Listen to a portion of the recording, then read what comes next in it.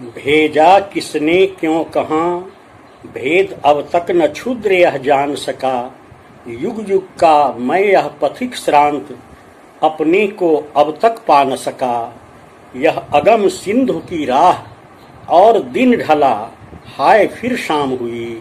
किस कूल लगाऊं नाव, घाट अपना न अभी पहचान सका। राष्ट्रकवि दिनकर के द्वंद्व गीत की इन पंक्तियों के साथ मैं क्षितिज के अपने तमाम साहित्यिक मित्रों का अभिनंदन करते हुए, स्वागत करते हुए आज की इस चर्चा में सभी को सम्मिलित करना चाहता हूं। क्षितिज ने एक बहुत ही महत्वपूर्ण विषय को आज विमर्श का विषय बनाया है, और वह विषय है आत्म अनुसंधान, अपनी खोज, अपनी तलाश, अपनी पहचान। यह एक बड़ा ही महत्वपूर्ण विषय इसलिए बनता है कि सृष्टि के आदिकाल से यह प्रश्न मानव मनीषा को मथता रहा है, और तब से अब तक वह अपने को जानने, पहचानने और तलाशने की प्रक्रिया में लगा हुआ है, और यह तलाश अब भी जारी है, अब भी अधूरी है। मैं आप तमाम मित्रों से यह कहना चाहूँगा कि जब से मनुष्य इस धरती पर आया है, या जब से सृष्टि का आरंभ हुआ है, उसके मन में अपने विषय में अनेक तरह के प्रश्न उठते रहे हैं।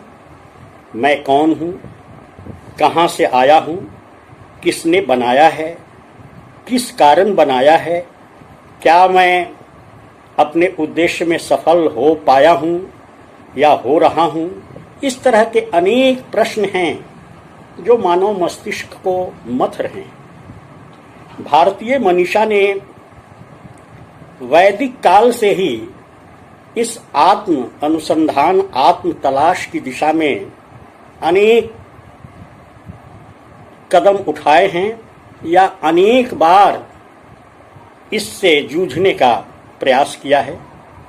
वेदों ने आत्मवान बनने की सलाह दी, यानी वेद हमें कहते हैं कि हम अपने को जाने, अपने को पहचाने। बादरायण का ब्रह्म सूत्र, जो भारतीय ही नहीं बल्कि विश्व चिंतन परंपरा की एक अनमोल निधि है, और जिस बादरायण को कम ही लोग जानते हैं, उसने ब्रह्म सूत्र में सर्वप्रथम उठाया कि अथातो ब्रह्म जिज्ञासा, अर्थात हम ब्रह्म की जिज्ञासा करें, ब्रह्म की तलाश करें, उस परम सत्य का संधान करें। और यह संधान आज भी मनुष्य करता ही जा रहा है। उपनिषद में जो बृहदारण्यक उपनिषद है, उसने अहम ब्रह्मास्मि की घोषणा की, कहा कि मैं ब्रह्म हूँ। बात इतने ही पर समाप्त नहीं हुई, बल्कि उसने कहा कि तत्त्वम असि, तुम भी वही हो, और सर्व खल्व मिदम ब्रह्मम, यानी मैं ईश्वर हूँ, ब्रह्म हूँ, परमात्मा हूँ, तुम भी वही हो, और संपूर्ण सृष्टि भी वही है। यानी अनेकता में एकता, परमात्मा संपूर्ण सृष्टि में परिव्याप्त है। इस तरह के प्रश्न बार बार हुए। यहाँ एक केनोपनिषद नाम का ग्रंथ है। यह केनोपनिषद जो है वह अनेक तरह के प्रश्न खड़े करता है, और वह कहता है कि ओम के निशितं पतति प्रेषितं मनः केन प्राणः प्रथम प्रयति युक्तः केनेषितां वाचमिमां वदन्ति चक्षु श्रोतं क उदेवो युनक्ति। यह केनोपनिषद है जो प्रश्न ही खड़ा करता है। कि वह कौन है, वह कौन शक्ति है जो मेरे मन, वाणी, प्राण, चक्षु, स्रोत में निवास करते हैं और जो हमें इस सृष्टि में अनेक गतिविधियों के लिए अधिकृत करते हैं या की शक्ति प्रदान करते हैं। तो इस तरह के अनेक प्रश्न हुए केनोपनिषद में।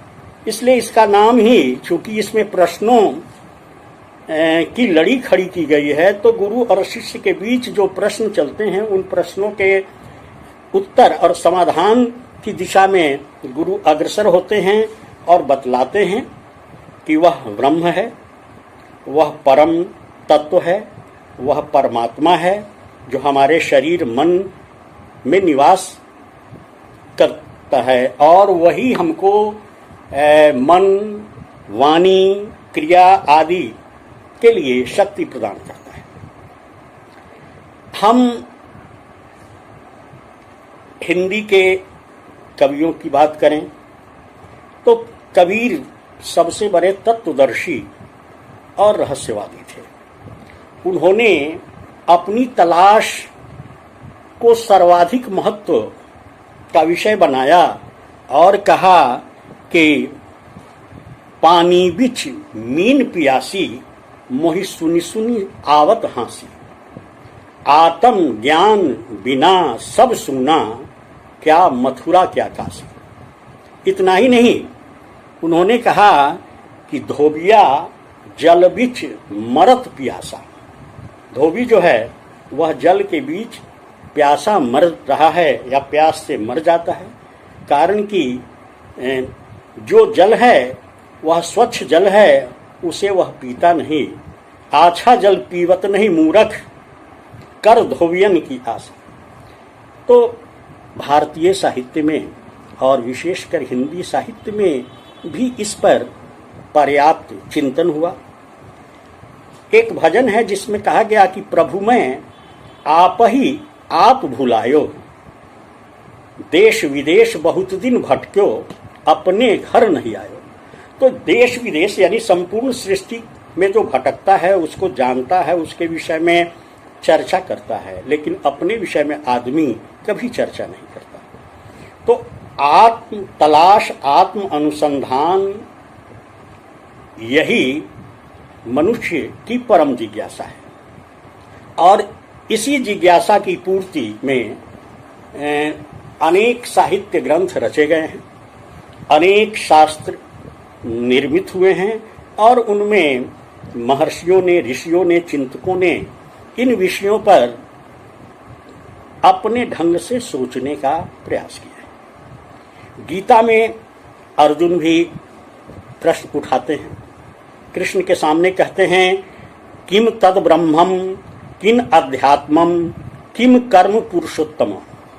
ये गीता में कृष्ण, ये अर्जुन द्वारा उठाए गए प्रश्न हैं कि ब्रह्म कौन है, अध्यात्म क्या है और कर्म क्या है। इसका उत्तर बहुत ही आसानी से कृष्ण देते हैं और कहते हैं अक्षरम ब्रह्मम परमम स्वभावो अध्यात्म उच्यते।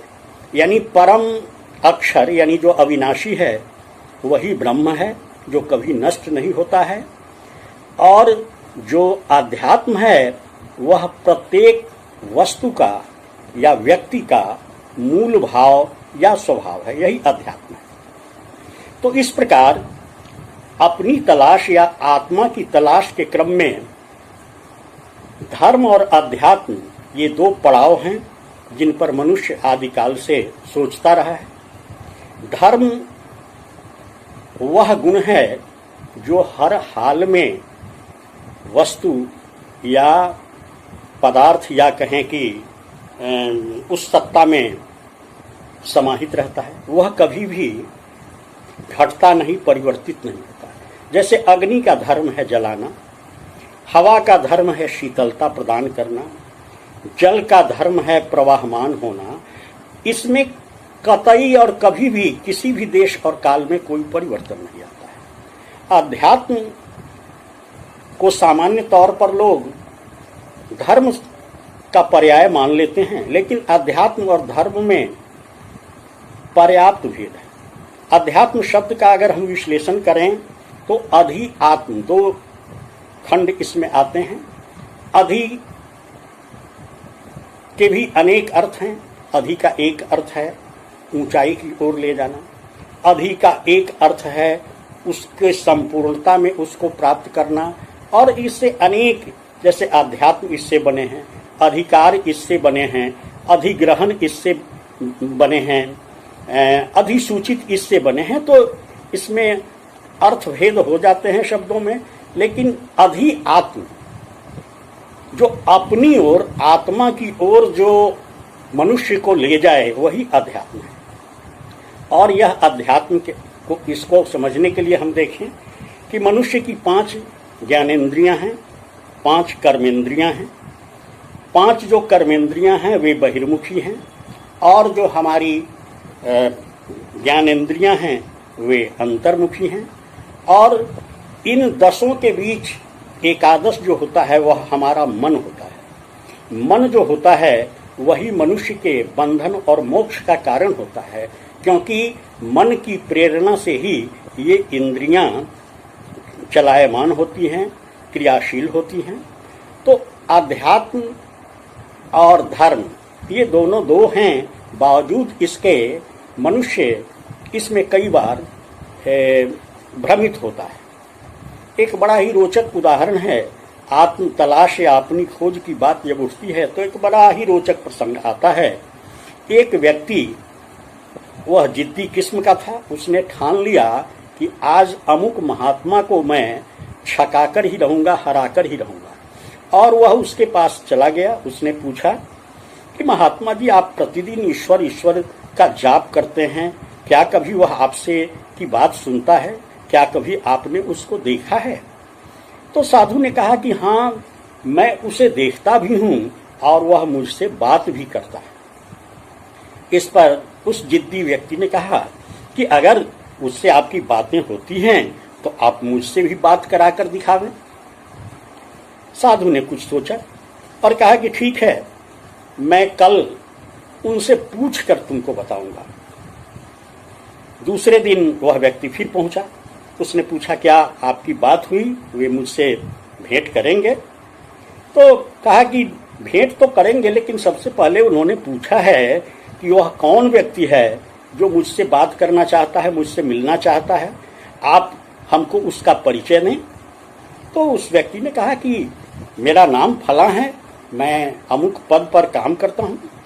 साधु ने कहा कि यह तो तुम्हारा नाम है और पद जो है उससे तुम जुड़े हुए हो, यह तुम तो नहीं हो, तुम अपना परिचय दो कि तुम क्या हो। तो उसने कहा कि मैं तो आपके सामने खड़ा हूं। कहा कि यह तो तुम्हारा शरीर है, यह तुम तो नहीं हो, यह तुम्हारा अंग है, और हर व्यक्ति का एक शरीर एक अंग होता है, तो यह तो तुम नहीं हो, तुम अपना वास्तविक परिचय दो। तो कहा कि वास्तविक परिचय मैं कैसे दूं? अरे मुझ में जो प्राण तत्व है, मुझ में जो चेतना है, मुझ में जो ऊर्जा है, वही तो मैं हूं। साधु ने पूछा तो क्या तुमने उस चेतना को, उस प्राण तत्व को कभी देखा है? उस व्यक्ति ने कहा कि मैं उसे कैसे देख सकता हूं, वह तो मेरे भीतर है। तब साधु ने कहा कि उसी प्रकार तुम जिस ब्रह्म या जिस ईश्वर को देखने और बातें करने की जिद कर रहे हो, वह तो संपूर्ण सृष्टि में व्याप्त है, वह तो तुम में भी अंतर्निहित है, तुम उसे देख कैसे सकते हो? तब जाकर उस व्यक्ति को समझ में आई कि उसकी जिद और ईश्वरीय सत्ता क्या है। तो इस प्रकार हम देखते हैं कि मनुष्य ने अपनी तलाश में पूरी सृष्टि को नापने का प्रयास किया, पूरी सृष्टि को उसने। अब प्रश्न उठता है कि अपनी तलाश हो तो कैसे? कोई दूसरे की तलाश तो करता है, या कोई कह देता है कि मैं संपूर्ण सृष्टि को जानता हूं, मैं तो तुमको पूरी तरह से जानता हूं, अच्छी तरह से जानता हूं। यह आश्चर्य का विषय है कि जब व्यक्ति अपने आप को ही ठीक से नहीं जान सकता है, तो वह पूरी सृष्टि और हर व्यक्ति को कैसे जान सकता है?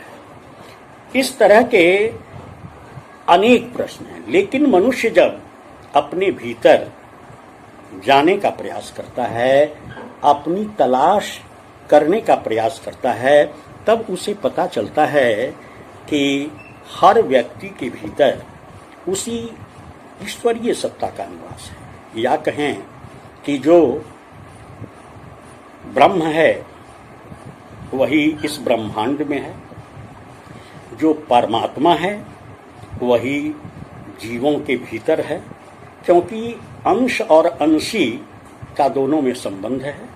कबीर ने कहा कि जल में कुंभ, कुंभ में जल है, बाहर भीतर पानी, फूटा कुंभ जल जल ही समाना, यह तत् कहे गया। यानी ईश्वर परब्रह्म है, यह संपूर्ण सृष्टि उसी का विस्तार है, उसी का अंश, उसी का चेतन अंश इस संपूर्ण सृष्टि में परिव्याप्त है। उपनिषदों में आत्मा के संबंध में विशद विवेचन किया गया है और कहा गया है कि यह आत्मा जो है वह उसी परम चैतन्य का एक अंश है। और इस कारण जब मनुष्य कहता है कि अहम ब्रह्मास्मि तत्त्वम असि सर्व खल्वमिदं ब्रह्मम, तो इसका अर्थ यही होता है कि जो तत्व उसमें है वही तत्व इस संपूर्ण सृष्टि में व्याप्त है, और यह सृष्टि भी उसी का एक रूपांतरण है। वेदांत में आत्म चैतन्य को उत्तरोत्तर 4 स्तरों में बांटा गया है और कहा कि जागृत, स्वप्न, सुषुप्ति और तुरीय अवस्था या चैतन्य अवस्था। तो जो व्यक्ति या जीव जागृत है वह कई बार स्वप्न में होता है, माया लोक में होता है, वह कई बार निश्चेत होकर सुषुप्ति की अवस्था में होता है। लेकिन जो निरंतर अपनी तलाश करता है, आत्म तत्व की तलाश करता है, अपने को जानने का प्रयास करता है, वह धीरे धीरे शुद्ध चैतन्य और तुरीय अवस्था को चला जाता है। जब वह तुरीय अवस्था में चला जाता है तब वह स्वयं परमात्म तत्व का रूप हो जाता है। इसी को कबीर कह रहे हैं कि फूटा कुंभ जल जल ही समाना। जब बीच के माया का जो बंधन है या माया का जो आवरण है वह हटता है तो जीवात्मा और परमात्मा दोनों एक ही तत्व बन जाते हैं, एक ही में समाहित हो जाते हैं। इस रूप में अनेक प्रकार से भारतीय जीवन, साहित्य और शास्त्र में आत्मा परमात्मा के संबंधों को दर्शाने का प्रयास किया गया है। मनुष्य जब तक अपने को नहीं पहचाने, महात्मा बुद्ध भी कहते हैं कि अप दीपो भव, अपना दीपक तुम स्वयं बनो। कृष्ण गीता में कहते हैं कि आत्मा जो है वही मनुष्य का असली गुरु है। यानी आत्मवान जो बनेगा, जो अपने आप को पहचानेगा, जो अपने आप को समझ पाएगा, वही संपूर्ण सृष्टि को, वही ब्रह्म को और वही परम तत्व को भी समझ पाएगा। हजारों वर्षों से मनुष्य इस धरती पर यही कर रहा है, वह अपने को जानने का प्रयास कर रहा है और जानने के प्रयास में वह ज्ञान के अनेक स्तरों का भी अनुसंधान करता है।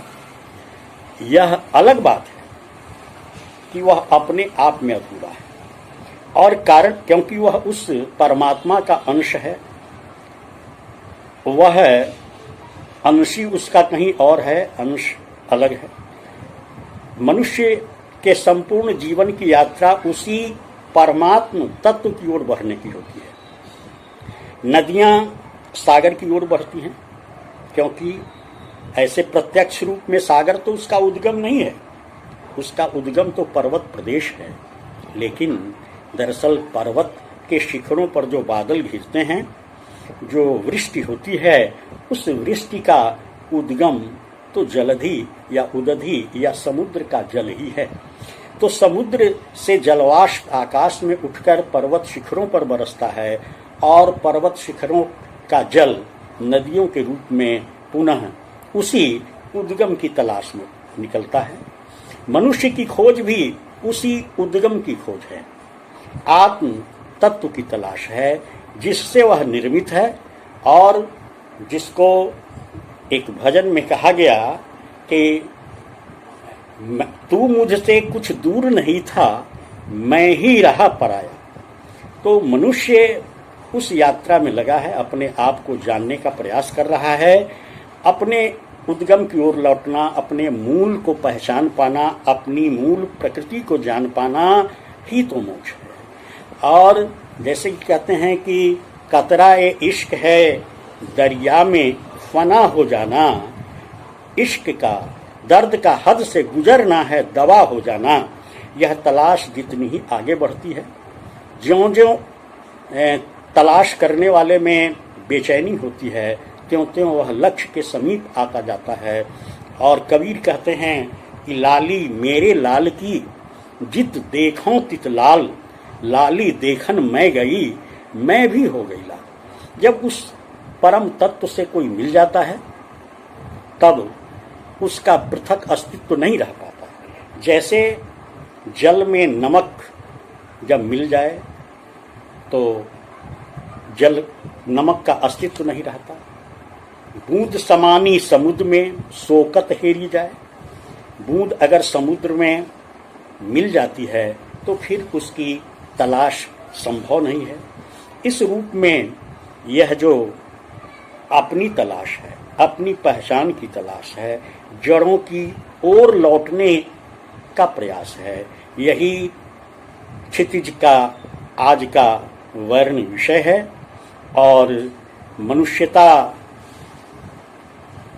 अपनी तलाश के माध्यम से सृष्टि में मानव ने मनुष्यता की तलाश की है, ईश्वर की तलाश की है, सर्वश्रेष्ठ की तलाश की है, सर्वोत्तम की तलाश की है। और इस अमृत तलाश की यात्रा में आप सब मेरे साथ जुड़े रहे, इसके लिए मैं आप सबका आभार व्यक्त करता हूं और क्षितिज का धन्यवाद करता हूं कि उसने इस आत्म अन्वेषण विषयक परिचर्चा को विमर्श का विषय बनाया है। बहुत बहुत आभार, बहुत बहुत धन्यवाद।